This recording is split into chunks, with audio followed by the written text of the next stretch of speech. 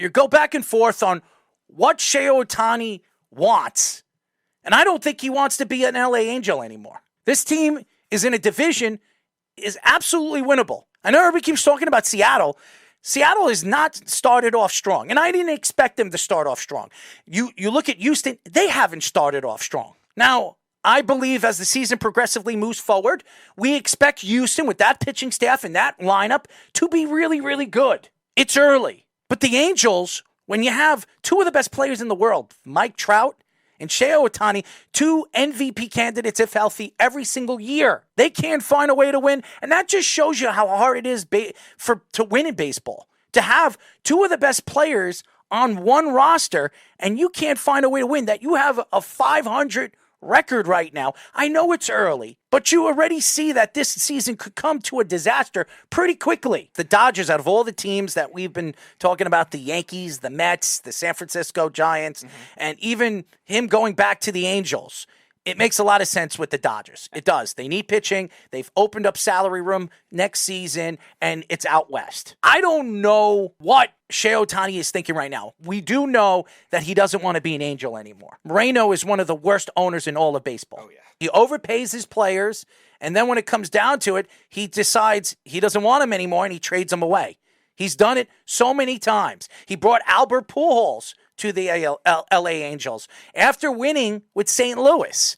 And what did he do? He dragged Albert Pujols' name in the mud for all those years. As good as Albert Pujols was, and really Albert Pujols went to the Angels for the money. It seems like everybody goes to the Angels for the money. And Shohei Ohtani decided that he wanted to go to the Angels. Maybe it was Epler, who's now the GM for the New York Mets. Who knows? Who knows why he decided to not go to the Yankees and decided to go to the Angels? Maybe it was because he wanted to be closer to his family. But right now, there is going to be a bidding war for Shohei Ohtani, and he knows it. And he's not going to re-sign before the season's end because he is going to pave his path on where he wants to go. His path could be with 7, 8, 9, maybe 10 organizations that are willing to pay him. And like we said, I wouldn't be surprised if the Padres would offer him a $500. If they decide they don't want to re-sign Soto, right, they could go after Shohei Ohtani. Sure. They could. Or they could say, you know what?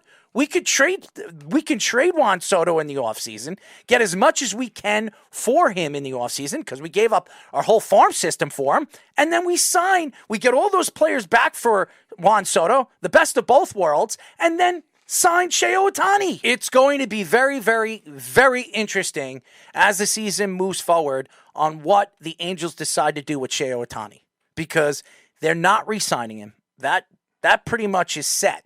So what could they get back for him if they trade him to a playoff team? And then that playoff team that trades for him either has to make a move for him and then sign him after the trade, or they'll lose every single player that they've added into that trade for him.